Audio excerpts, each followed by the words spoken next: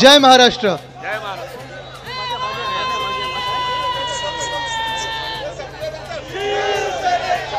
दहीहंडी नंतर करू संपल्यानंतर करूया. मला बघायचं पण मला नीट बघू द्या. आता आपण वेगळे थर लावतोय. हंडी आपल्याला एक मोठी फोडायची आहे.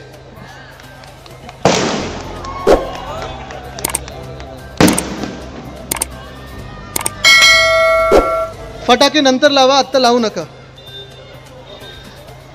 आज मला वाटतं आपण सगळे एकत्र कशासाठी आलो हे सर्वांना तर माहिती आहे. एक नारा जो आपण दिलेला आहे की हम सब हाच नारा फार महत्त्वाचा आहे. आज जेव्हा ही सभा लावली गेली, मला 2-4 दिवसापूर्वी सांगितलं की धारावी बचाव, मुंबई बचाव हे आंदोलन आपण घेत आहोत. आणि मी त्याचवेळी सांगितलं की बचाव आता चालणार नाही, आपल्या रक्षणासाठी आपल्याला रस्त्यावर उतरायला लागेल. तर धारावीचं रक्षण आणि मुंबई रक्षण हे करण्यासाठी आपण सगळे मुंबईकर म्हणून आज उतरलेलो आहोत. आणि हा विषय काही नवीन नाही आहे. गेले अनेक वर्ष धारावीचा पुनर्विकास, धारावीचा विकास, धारावीकरांना घरं कशी मिळणार ह्याच्यावर चर्चा वेगळ्या स्तरावर चालत आलेली आहे. बातम्यांमध्ये खूप चर्चा झाली, अनेक मंचांवर झाली, राजकीय पक्षांची झाली, मंथन बैठका झालेल्या आहेत, सरकारमध्ये देखील चर्चा होते. आणि मग फडणवीस साहेबांचं सरकार असताना त्यावेळी देखील एक टेंडर निघालं होतं जे आपण रद्द केलं, कारण नक्की ते टेंडरमध्ये अनेक जे घोळ होते ते बाजूला केले.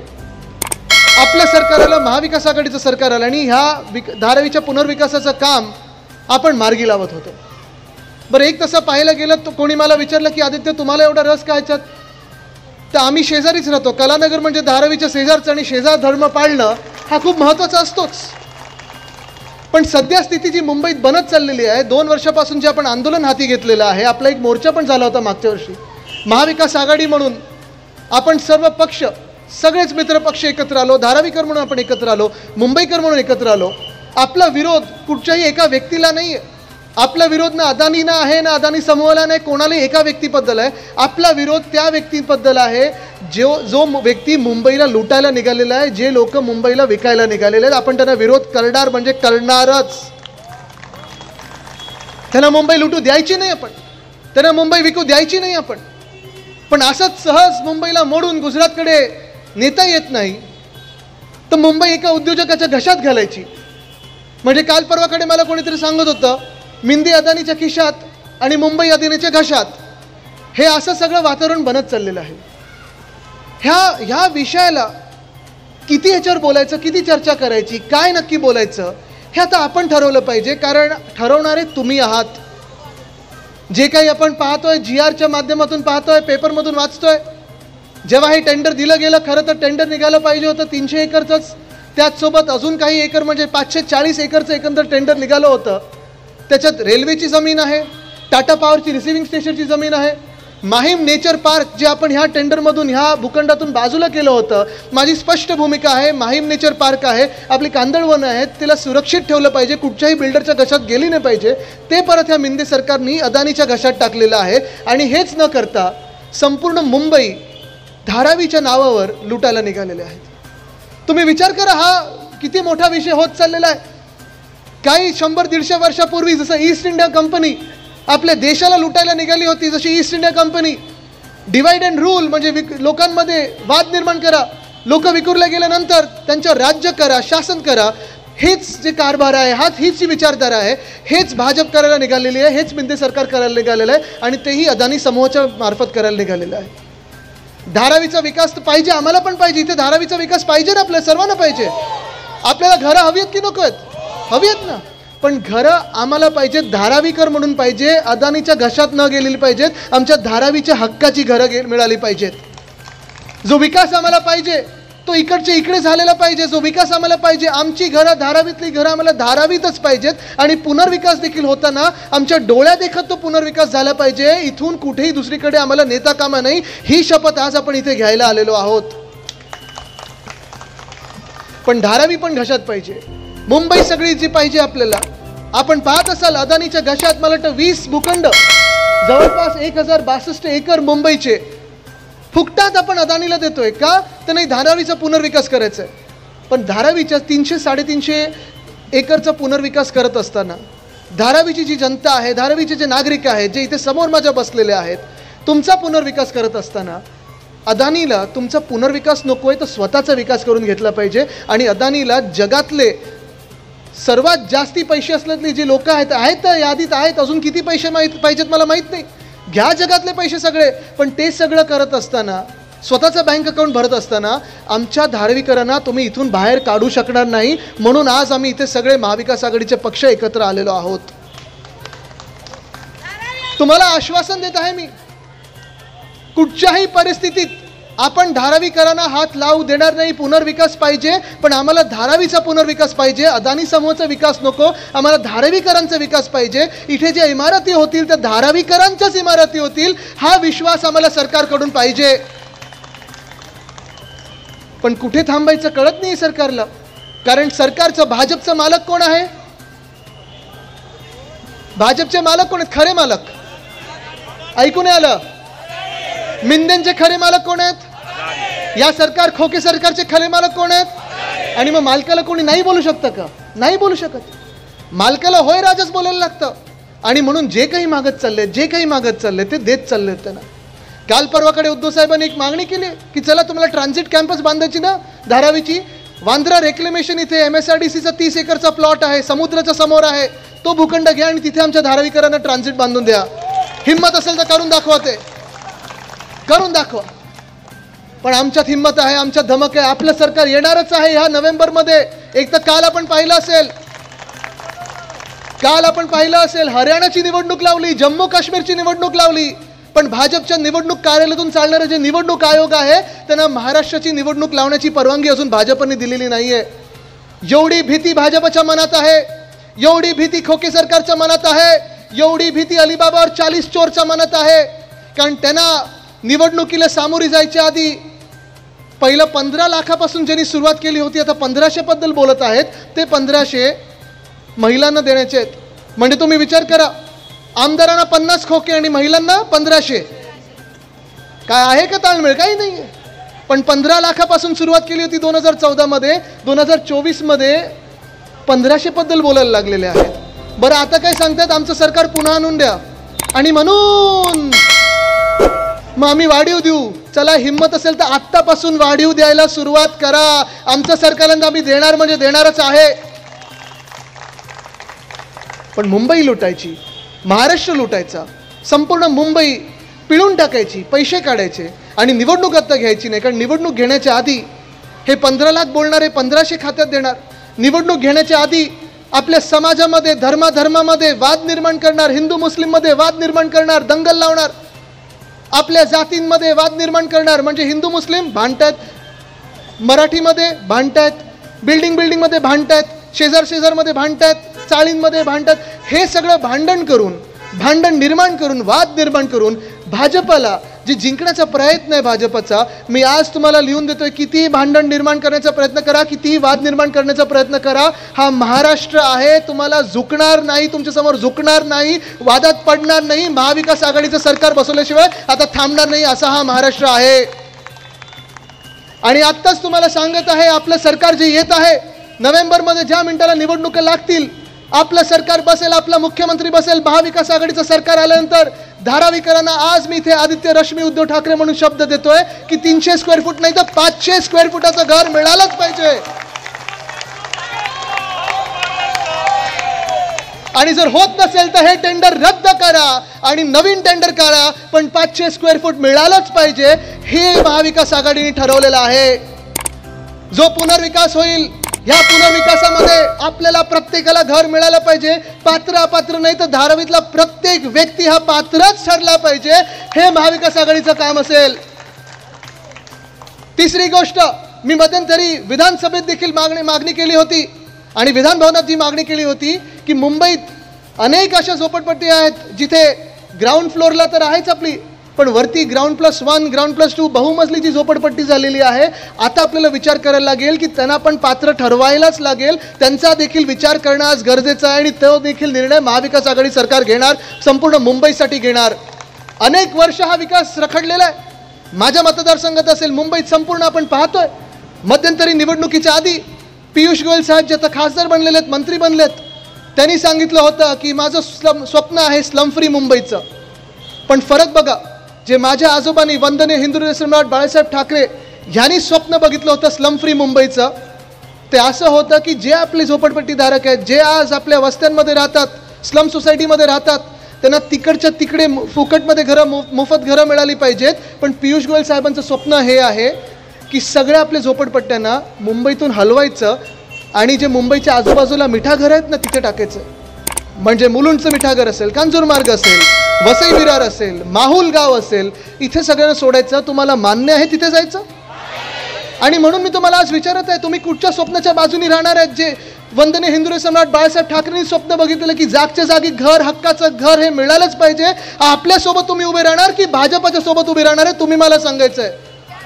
तुम्हाला कुठचा विकास पाहिजे? जो महाविकास आघाडीचा विकास आहे की तुम्हाला जागच्या जागी विकास झालेला पाहिजे, की भाजपचा जो विकास आहे की तुम्ही जिथे राहताय ते राहतं घर सोडून मिठा घरात गेले पाहिजे? तुम्ही कुठच्या स्वप्नाला पाठिंबा देणार आहे? तुम्ही मला सांगायचं आहे. महाविकास आघाडीच्या सोबत किती लोक आहेत? जरा हात वरती करून दाखवा. आणि ज्यांना ज्यांना मिठा घरांमध्ये राहायला जायचं जरा हात वरती करून दाखवा. कोणाला नाही जायचंय? पण आज जे मी सांगत आहे, भांडण अशी निर्माण करायची, वाद अशी निर्माण करायचे की महाराष्ट्र मागे जाणार कसा, महाराष्ट्रात विकास होणार नाही कसा, महाराष्ट्र पुढे जातोच कसा, हे जी पोटदुखी आहे भाजपच्या मनात, ही जी पोटदुखी आहे मिंदेंकडे, ती दुर्दैवी आहे. आपण पाहतोय गेले 2 वर्ष खरं तर हे खोके सरकार, मिंदे सरकार आपल्या डोक्यावर बसवल्यानंतर आपल्याला वाटलं होतं की महाराष्ट्राचा झपाट्याने विकास होईल, महाराष्ट्रामध्ये तरुणांना नोकऱ्या मिळतील, महिला सुरक्षा हा एक विषय समोर येईल, आपल्या शहरांचा विकास होईल, शेतकरी आहेत ते खुश असतील. पण आज आपण पाहतोय प्रत्येक वर्ग जो आहे, शेतकरी हैराण आहेत, शेतकरी आत्महत्या वाढत चालल्यात. महिला सुरक्षेचं तर बोलूच नका. सायन हॉस्पिटलमध्ये एक केस झालेली आहे, महिला डॉक्टरवर अटॅक झालेला आहे, पण अजून मला वाटतं मुख्यमंत्री काही बोलले नाहीत. बोलले असतील ते मला माहीत नाही. पोलीस भरती 17,500 पदांसाठी पोलीस भरती घेतली होती, भर पावसामध्ये घेतली होती. पुणे जिल्ह्यात आंदोलन झालं, गडचिरोलीत आंदोलन झालं, चला पोलीस भरती घ्यायला तरी लागले, चला चांगलं आहे. पण 17,500 पदांसाठी किती मुलं आली होती माहिती का मुंबईमध्ये? 18 लाख मुलं महाराष्ट्रभरातून पोलीस भरतीसाठी आली होती. विचार करा महाराष्ट्राची परिस्थिती आज जॉब्समध्ये काय आहे, नोकऱ्यांमध्ये काय आहे. महाराष्ट्र सिक्युरिटी फोर्स MSF त्यांचा विषय तसाच सांगून ठेवलेला आहे, SRPFचा विषय तसाच सांगून ठेवला होता, जिल्हा बदली जातो, आपण सोडवला. पण जसा आपला विषय आहे घरांचा, तसा पोलीस हाऊसिंगचा देखील विषय आहे, तो देखील अजून सोडवलेला नाही आहे. त्यांच्यावर दंड लावलेला जो आहे हे देखील विषय सोडवले नाही आहेत. आज विषय जो राहतो तो हा वाद निर्माण करण्याचा राहतो. इथे मी सांगतो, इथे मला वाटतं मुस्लिम बांधव देखील अनेक आलेले आहेत. काल परवाकडे उद्धव साहेबांनी स्पष्ट सांगितलेलं आहे, वक्फ बोर्डची जागा असेल किंवा आपली हिंदू मंदिरांची जागा असेल, भाजपला घालायची ती अदानीच्या घशात, ती आपण कदापि हात लावू देणार नाही, कदापि हात लावू देणार नाही.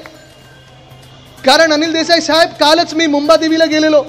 देशात वाद वक्फ बोर्डबद्दल निर्माण करून ठेवलेला आहे भाजपने, आणि भाजपची स्ट्रॅटेजी आहे, कुठचीही निवडणूक आली की एक वाद निर्माण करायचा, मग जॉईंट कमिटीला पाठवायचं किंवा स्टँडिंग कमिटीला पाठवायचं, म्हणजे आपण भांडत राहतो आणि ते जिंकायला मोकळे, असा ह्यावेळी होऊ द्यायचं नाही. कारण एका बाजूला वक्फ बोर्डचा वाद ते निर्माण केलेला आहे. पण कालच मी मुंबादेवी मंदिराच्या मागे गेलेलो. मुंबादेवी मंदिर आपल्या सर्वांना तर माहिती आहे ना, आपलं ग्रामदैवत आहे आपल्या मुंबईचं. मुंबादेवीला जेव्हा जेव्हा लहानपणापासून, निवडणुकीच्या आधी असेल, निवडणूक जिंकल्यानंतर असेल, मुंबईच्या महापौरांना उद्धव साहेब, मी, आई, आम्ही सगळे घेऊन जातो आणि तिथे नतमस्तक होतो. पण तिथेच काल मी जेव्हा गेलो होतो, मला त्या ट्रस्टीजनी बोलवलं होतं आणि त्यांनी मला दाखवलं मुंबादेवीच्या आसपास देखील अशीच सगळी दुकानं आहेत. कारण जेव्हा पुनर्विकास होतो तेव्हा मुंबईत नुसतं रहिवासी नाही तर दुकानदारांचा देखील विचार करणं गरजेचं आहे, तिकडच्या व्यापाऱ्यांचा विचार करणं गरजेचं आहे, छोटे मोठे जे उद्योग आहेत त्यांचा विचार करणं गरजेचं आहे, महिला ज्या छोटे मोठे बचत गट चालवतात त्यांचा विचार होणं गरजेचं आहे, शाळांचा विचार होणं गरजेचं आहे, धार्मिक स्थळांचा आणि समाज मंदिरांचा देखील विचार होणं गरजेचं आहे. मुंबादेवी मंदिराचं तिकडे जे स्थानिक आमदार आहेत, जे आपले अध्यक्ष होते, घटनाबाह्य सरकारने जे बसवले होते, राहुल नार्वेकर साहेब, त्यांनी मध्ये एक बैठक घेतली. विषय सगळ्यांनी ऐकून घ्या, प्रत्येक समाजाने, प्रत्येक धर्माने हा विषय ऐकून घ्या, खूप इंटरेस्टिंग विषय. त्यांनी एक बैठक घेतली की आता मुंबादेवी परिसराचं सुशोभीकरण करायचं.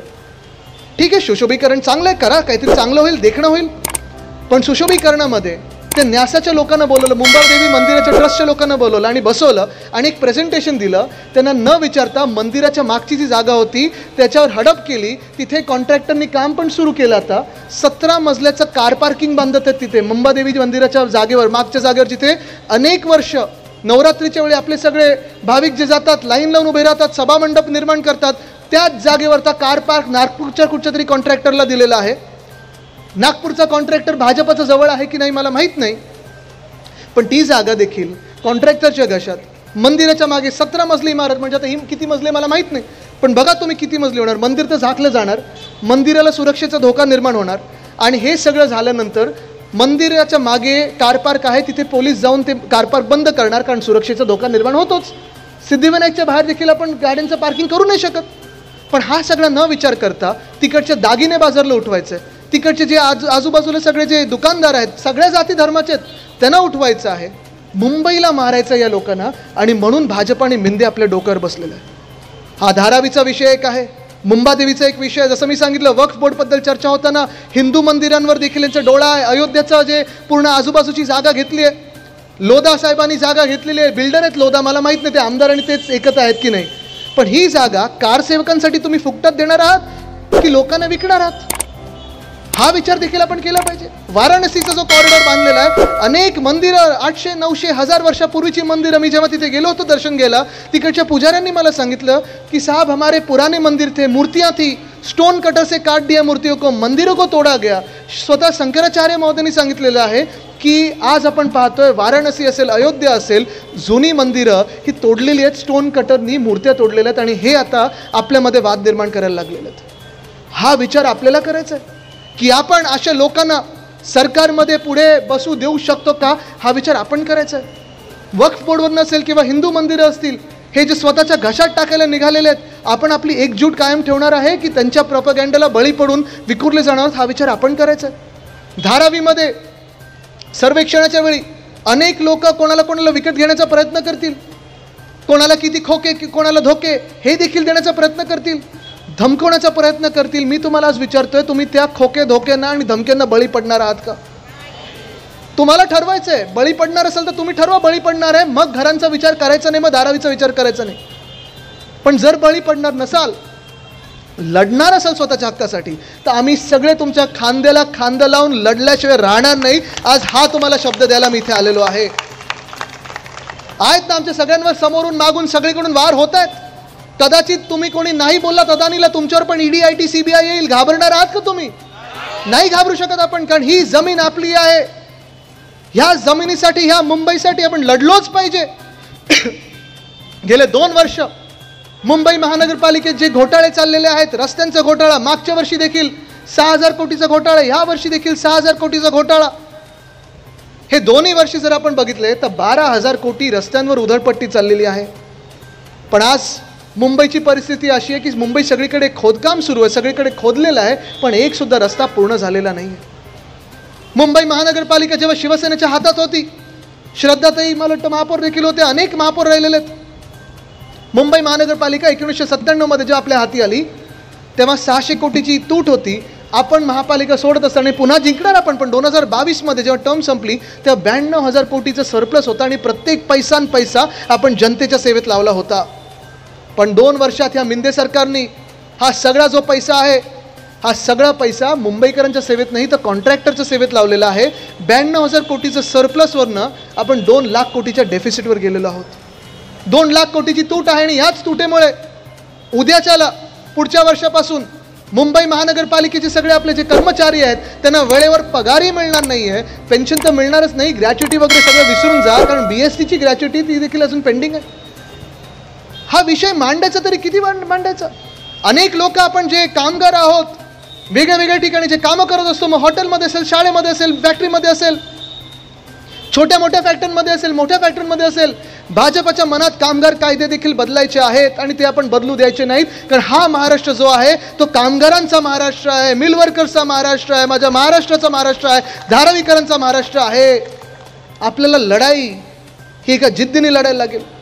आणि ही जी सभा आपण आज लावली ती एवढ्यासाठीच लावली कारण हे सर्वेक्षण जे सुरू झालेलं आहे तुम्ही जर ताकदीने लढलात तर ती ताकद 100 हत्तींचं बळ आणि एका वाघाचं बळ आम्ही तुम्हाला द्यायला तयार आहोत, तुमच्यासाठी लढण्यासाठी तयार आहोत. पुढच्या 10-12 दिवसात गणपतीचा आपले सण सुरू होतील. गणपती आहे, नवरात्र आहे, दिवाळी सुरू होईल. अदानीचे काही दलाल येतील, खोके सरकारचे काही दलाल येतील, तुम्हाला विकत घेण्याचा प्रयत्न होईल. तुम्ही विकले जाणार आहात का? तुम्हाला फसवण्याचा प्रयत्न होईल, तुम्ही फसणार आहात का? घर सोडून गेले. हल्ली बुलडोजर राज पण चालू आहे. बुलडोजर जर चालवायला आले तर बुलडोजर उलटा त्यांचा चालवायचा. पण तुम्ही घाबरणार आहात का? आणि आपण धारावी कधी सोडणार आहोत का? आज ही जर एकजूट आपल्याला दिसली तर मी तुम्हाला सांगतो आपलं जे सरकार येणार आहे, पुन्हा एकदा शब्द देतो, 500 स्क्वेअर फुटाचं घर धारावीमध्येच. ह्याच धारावीमध्ये जागा तर वाढीव मिळणार, पण जी नवीन घरं होतील सेलची तिथे 60% मराठी माणसाला घर मिळालंच पाहिजे. चांगल्या दर्जाचं पोलीस हाऊसिंग आणि गव्हर्नमेंट क्वार्टर देखील इथेच झालं पाहिजे. सगळ्यांना, प्रत्येक व्यक्तीला पात्र करणार म्हणजे करणारच. आणि जातपात धर्म न बघता सगळ्यांची सेवा करणार. आणि त्या महाराष्ट्राच्या विधान भवनात पुन्हा एकदा या धारावीचा आवाज गेला पाहिजे. ही ताकद इथून दिसली पाहिजे. धन्यवाद. जय हिंद, जय महाराष्ट्र, वंदे मातरम.